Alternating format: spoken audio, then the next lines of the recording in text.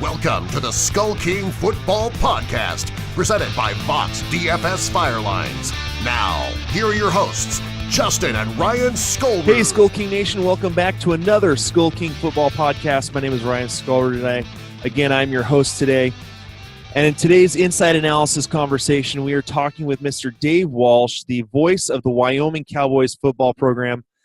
And we talk about a very interesting prospect in Brian Hill. He is the running back who set all sorts of records at Wyoming for career yards, for total yards, and for touchdowns this past season. An amazing season that he had, and Dave and I get to talking about just kind of his running style, what he looks like, or what he could possibly look like as an NFL player, and I think you'll really enjoy this conversation. Again, this is my conversation with Mr. Dave Walsh, the voice of Wyoming Cowboys football.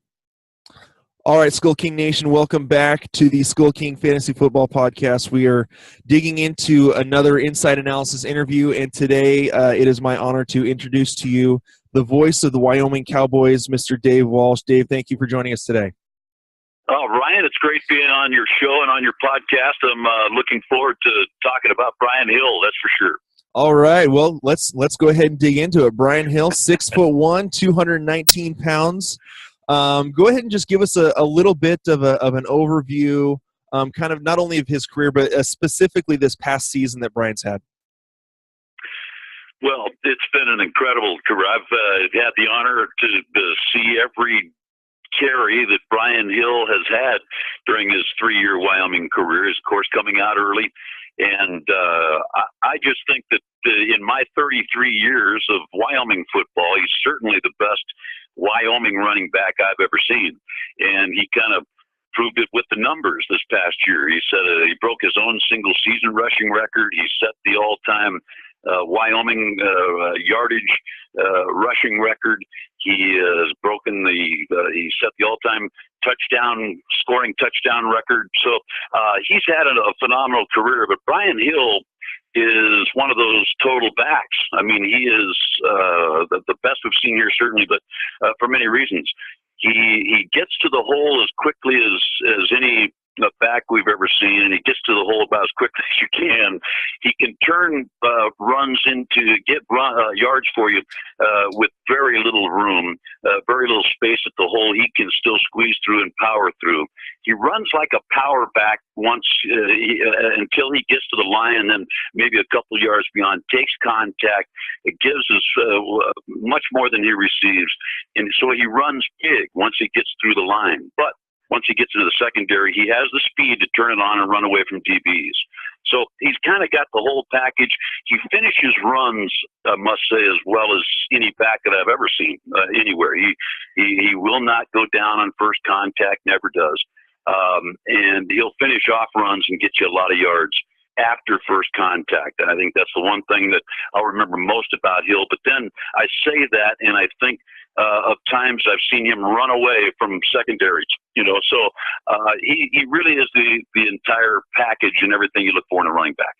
Yeah, for his size, 6'1", 219 pounds, he carries a bit of a load. And then, being able to run at the combine, he ran a 4.5, 4.40, which isn't blazing speed, but his, a 40 time is it doesn't necessarily play game speed, and his game speed is lightning.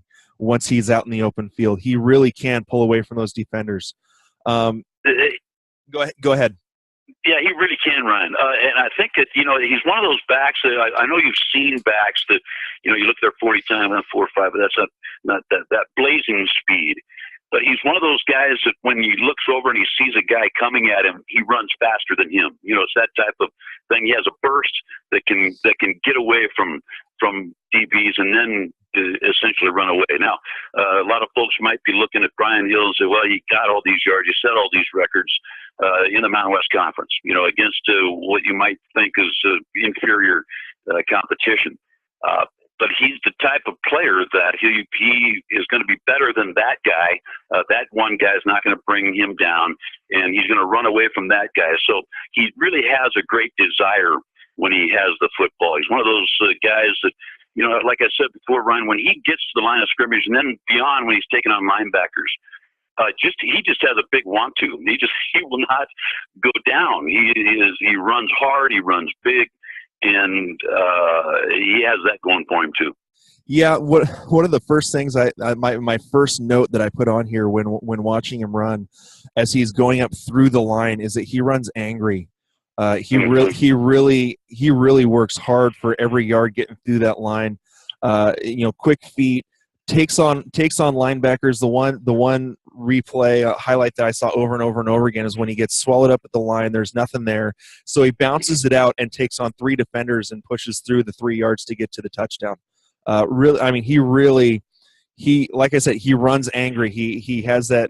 I've used this this example in a couple of my interviews. Just growing up in Seattle, he has that Marshawn Lynch, kind of a beast mode type of factor to him, where he'll drop the shoulder and he'll just run you over.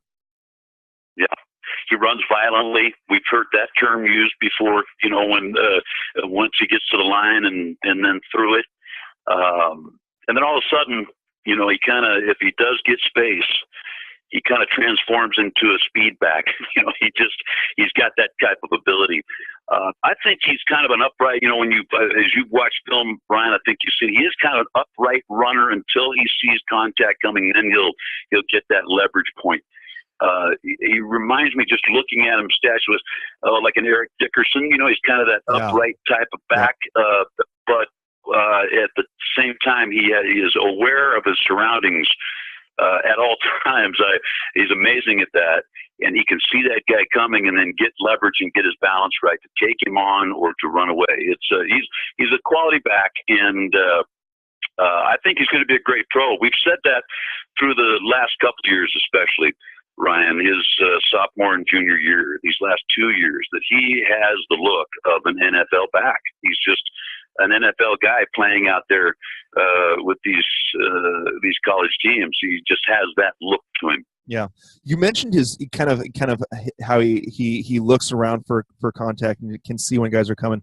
That's another thing I noted. His vision, being able to see where, say, like his wide receivers are down the field and how he can set them up to give them a chance to block, to give him more yards. Watching to see where his blockers are and how he can move to give himself more yards to get around those blocks. Really was impressive to me on some of his highlight film as well. Yeah, great vision, great balance, outstanding power and speed. And I think at 6'1", 220, he has that size. I think that he can, once he gets into the pros, he may get a little bit bigger. That's possible. But he certainly has the size to take on certainly DBs. Now, a lot of folks will say you got to step it up and let those defensive line, those linebackers now coming at him are a little bigger and faster. So he's going to have to. He is the type of guy that can, and he really just excels to whatever competition, excels over the competition that he's going up against. That's just the type of football player he is. Yeah, just a quick review of his stats this year. 1,860 yards. He had a 5.3 yard per carry average and 22 TDs. And this year wasn't an anomaly especially in terms of his average yards per carry. He averaged 5.5 for his career. I mean, his sophomore year, he finished with 1,600 yards and a 5.8 yards per carry. So really, the thing that really stepped up this year was the amount of touchdowns he had with 22. It looks to me just kind of over, I've watched a little bit of his career, or a little bit of his game tape from 2015, and he's always had that burst, that violent running technique, and again, we talk about his yards. He's averaged his junior year 25 carries a game. I mean, he is a workhorse type of back. It's definitely a workhorse. And as you said, he's those 22 touchdowns. That's amazing, because the year before, his sophomore year, he just had 6 rushing touchdowns, and his freshman year he had 7, and then he comes on this junior year and has 22.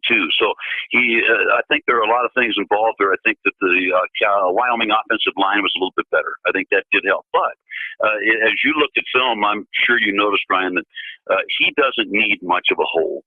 And he wasn't getting great gaping holes to run through. I must say that there are a few times, but Brian Hill's career hasn't been a bunch of big, gigantic holes to run through. It's been quite the opposite. And that's why I talk about, the way he finishes off runs and the way he can run with the great physicality if necessary. He does have that, and he does have the vision, but he is a workhorse. The 349 carries, as you said, last year, that's a load. And now the average yards per carry averaged 132.9 yards per game, which is just incredible. And over his career, I think over his career, he averaged 122 yards a game. Yeah. So, he is a workhorse. He's a steady Eddie. Let me tell you, he is, you know what you're going to get, and you're going to get it from him every game. He is, money in the bank, really, when it comes to running the football. He's the guy that the only thing, Brian, that some will point out is, well, how's he catching the football? In the NFL, they like to, they want to throw it to those running backs too. So they just didn't do a lot of that. They would, here at Wyoming, over the last 2 years especially, they'd rather just really turn around and get it in his hands as quickly as possible, because he's been such a major weapon. He just makes things happen when he gets his hands on the football. Yeah, that was actually going to be my next thing. Is just kind of was his, in terms of his receiving, was it more of a scheme thing, or is it they just wanted to rely on him to run the ball? That kind of goes again. With how Seattle, the Seahawks have used some of their running backs. They'll use a different guy for a lot of the receiving stuff. While they're, Marshawn Lynch in years past, or even the last couple of years with Thomas Rawls, he has caught the ball out of the backfield, but it's not his strength. They just want to give him the ball to run it through the line, and they'll use someone else for the receiving out of the backfield. So, I could see Brian, being that kind of a guy, and just not necessarily that he can't catch the ball out of the backfield, but it's more of a, they'd rather just give him the ball and let him run through the line. Yeah. They want that quarterback, and by the way, each year of Brian Hill's career, he's had a different starting quarterback. So it's been one of those things where the quarterback position is untested, unproven. The one thing they have known is that guy that they can turn around and hand the ball to is the way to get to big plays, and they just want to get it to him as soon as possible. He only had 8 catches last year, so they just don't. In this offense here at Wyoming, they do not throw to the backs. They would rather turn around, and they're going to look downfield when they drop the throw. Yeah. One last thing that I wanted to throw out here. It was actually something I saw on Twitter that Maurice Jones-Drew, who's now working as an analyst with NFL Network, was asked on Twitter. Who would you want the Raiders to draft as their next running back? Being a former Raider, and his response was Brian Hill, and I think that is huge praise from a former All-Pro. On just the capabilities and the talent level that is seen by that is seen in his game from someone who's been there and done it. Yeah. Yeah, to get that praise from a running back and an accomplished one like Maurice Jones-Drew. It's funny you bring him up. The Cowboys played a bowl game, the Las Vegas Bowl, years ago, and against UCLA. This is 2002, 2004 in there. And Maurice Jones-Drew, of course, was the running back on that team. Olsen was the quarterback. Mercedes Lewis was a tight end. They had this team was loaded. I walked the field before the game, and like I generally do, especially in big games, and those guys looked like an NFL team. Anyway, Wyoming would go on to beat him, but I had a great deal of respect for Maurice Jones-Drew as a ball carrier in his NFL career. For him to say that, that means a lot. But I'm with him. I don't know how deep a class it is. I know Fournette's going to go high, McCaffrey, and there's others. I don't know if is it just an average class at running back, and does that help Brian Hill? I don't know. I will say this: just in all the games I've seen him play, he's an NFL back, and I think he could be a very good NFL back. Now, whether he's first round, early second round, third round, I don't know. I don't know about that, but.